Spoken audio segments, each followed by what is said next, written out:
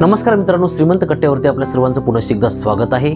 मी सुजित साठे आपल्या सर्वांचं स्वागत करतो। आजचा जो विषय आहे तो आहे की जे प्रभावित होतात ते कमजोर असतात। आणि हे जे वाक्य आहे ना ते आपल्या आयुष्यामधलं खूप महत्त्वाचं वाक्य आहे। इनफॅक्ट हे खूप मोठं सूत्र आहे आपल्या आयुष्यामधलं। आणि 24 तास आपल्या आयुष्यामध्ये जगत असताना ह्या वाक्याचा आपल्याला उपयोग होत असतो।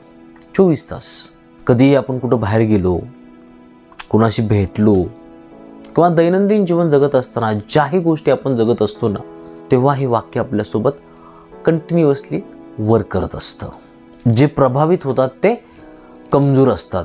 सध्या इलेक्शन्स वगैरे चालू आहेत, बऱ्याचशा लोकांचे शक्ती प्रदर्शन वगैरे चालू आहेत। आपला जो सामान्य माणूस असतो ना तो ह्या गोष्टींना लगेच भाळला जातो। ते लोक मोठमोठ्या महागड्या गाड्यातून येतात, भरपूर ताफा घेऊन येतात, त्यांच्या सगळ्या गोष्टी दाखवतात, बॅनर वगैरे ह्याव त्याव, कोण तर हेलिकॉप्टरमध्ये येतात। इव्हन प्रत्येकजण आपापलं शक्ती प्रदर्शन करत असतं आणि सामान्य माणसाला असं वाटायला लागते की तो खूप मोठा माणूस आहे, खूप भारी आहे।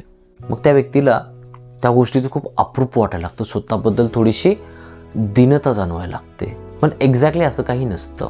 बऱ्याचदा आपल्या आयुष्यामध्ये सुद्धा एखाद्या ठिकाणी फिरायला गेलो, सपोज एखाद्या मॉलमध्ये गेलो, त्यावेळेस मॉलमध्ये जे आपल्याला आकर्षक गोष्टी दाखवल्या जातात किंवा तिथल्या ज्या लाईट्स वगैरे असतात, तिथलं जे क्लिनिंग वगैरे जे असतं ना, तिथे जी येणारी जाणारी लोक वगैरे असतात ना, त्यावेळेस जर तिथे एखादा सामान्य साधा माणूस गेला ना, त्याला तिथे थोडंसं न्यूनगंड फील व्हायला लागतो। यार एवढी मोठी दुनिया, इथं सगळी महागडी लोक येतात, आपलं काय आहे इथं, आपल्या खिशात तर रुपया पण नाही, आपण फक्त बघायला चालू आहे, खर्च कधी करणार। दैनंदिन जीवन जगत असताना सुद्धा बरीचशी लोक असतात जी शो ऑफ करत असतात, आपल्याला अट्रॅक्ट करत असतात त्यांच्याकडं, खूप मोठमोठ्या गोष्टी बोलत असतात। पण ह्या गोष्टीला कधी आपण भाळायचं नसतं। कारण कसं असतं माहिती का, डीप विदिन प्रत्येकजण रिकाम आहे। प्रत्येकजण या जगामध्ये जेवढे लोक शो ऑफ करतात किंवा जेवढ्या ज्या मोठ्या गोष्टी आहेत ना, तेवढ्या सगळ्या आतून पोकळ आहेत, सगळ्या पोकळ आहेत। आयुष्यातला जो खरा आनंद आहे ना तो त्या झोपडीमध्ये, त्या चाळीमध्ये, गावातल्या गल्लीमध्ये आहे। तिथे जेवढा माणूस आनंदी राहू शकतो ना तेवढा कुठेच नाही राहू शकत। त्यामुळे हे जे मोठमोठे सगळ्या गोष्टी दाखवल्या जातात किंवा आपल्याला जे कमीपणा महसूस होतो ना तो खूप चुकीचा असतो। अशा गोष्टींना कधी भाळायचं नसतं। कारण डीप विदिन प्रत्येकजण रिकाम आहे, प्रत्येकाची हालत बेकार आहे। कसं असतं माहिती आहे का, सपोज आपल्याला जर आपल्यापेक्षा एखादा छोटा माणूस दिसला ना, काय आपल्याला खूप भारी वाटायला लागतं, काय नाही किरकोळ आहे, आपल्यापेक्षा खालीच आहे। पण ज्यावेळेस आपल्याला आपल्यापेक्षा मोठा माणूस दिसतो ना त्यावेळेस मग आपल्याला वाटायला लागतं की यार हा खूप मोठा माणूस आहे, ह्याच्यासारखं आपण कधी बनणार, ह्याच्यासारखं कधी होणार। ज्याच्याकडे साधी गाडी आहे त्याला भारी गाडी घेऊ वाटते, त्याच्याकडे भारी गाडी आहे त्याला लक्झरियस कार घेऊ वाटते।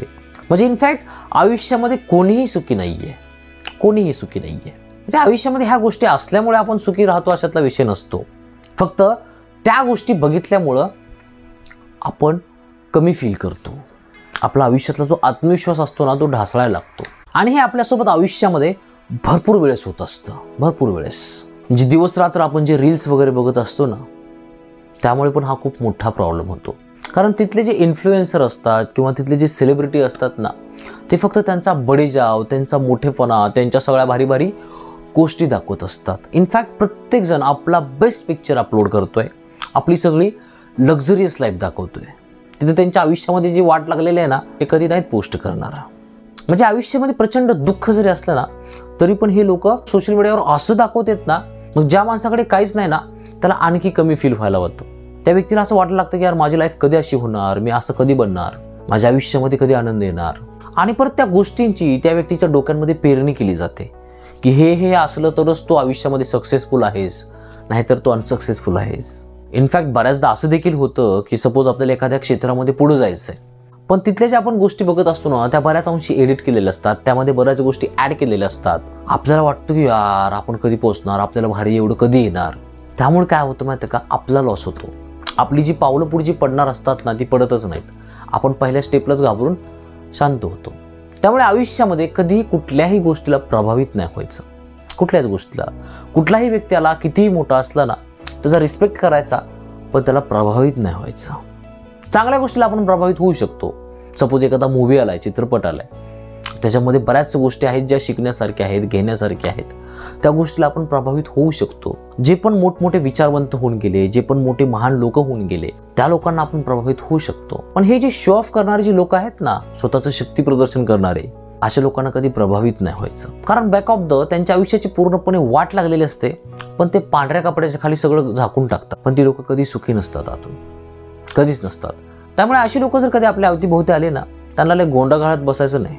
ज्यावेळेस आपण एखाद्याला विनाकारण मोठं करतो ना, त्यावेळेस आपण ऑटोमॅटिकली छोटं होत असतो, ऑटोमॅटिकली. त्यामुळे ह्या गोष्टीचं आपल्याला ध्यान राखता आलं पाहिजे. नाहीतर लोक त्या भेडबकरीसारखं कोणाच्याही पाठीमागं नाही पडायचं, आयुष्यामध्ये कोणाच्याच पाठीमागं नाही पडायचं. पण ह्या सगळ्या गोष्टी होतातच का? कारण आपल्याला ॲक्च्युअलमध्ये आपली व्हॅल्यू माहीत नसते. आपण ॲक्च्युअलमध्ये कोण आहोत, आपली व्हॅल्यू काय आहे ना, हे आपल्याला माहीत नसतं. आणि महत्त्वाचं म्हणजे ह्या लोकांच्या इन्फ्लुएन्समुळं ॲक्च्युअलमध्ये जी आपली व्हॅल्यू आहे ना, ते आपल्याला कधी कळतच नाही, कधीच कळत नाही. त्यामुळे परत आपण अशा लोकांच्या पाठीमागं पळत असतो. पण आपण कुणाच्या पाठीमागं जातो ना, त्यावर आपली अक्कल आधारित असते. जायचं आहे ना पाठीमागं, छत्रपती शिवाजी महाराजांच्या पाठीमागे जायचं, डॉक्टर बाबासाहेबांच्या पाठीमागे जायचं, शाहू फुले यांच्या पाठीमागे जायचं. जे पण मोठी लोक होऊन गेलेत ना या जगामध्ये, ज्या लोकांनी आपल्या सर्वस्वाचा त्याग केला आहे, ज्यांच्याकडून घेण्यासारखं प्रचंड आहे, अशा लोकांच्या पाठीमागे जायचं. नाहीतर हे 2 नंबर धंदे करून स्वतःला एकदम भारी दाखवतात ना, अशा लोकांना कधी आयडल नाही म्हणायचं, अशा लोकांच्या कधी पाठीमागे नाही जायचं. त्यांचं कामच असतं की आपल्यावर प्रभाव टाकणं. पण ज्या दिवशी आपण प्रभावित होतो ना, त्या दिवशी आपण कमजोर बनत असतो. त्यामुळे आपल्याला आपली व्हॅल्यू जाणता आली पाहिजे, आणि ती व्हॅल्यू जाणल्यानंतर आपल्याला जगता आली पाहिजे.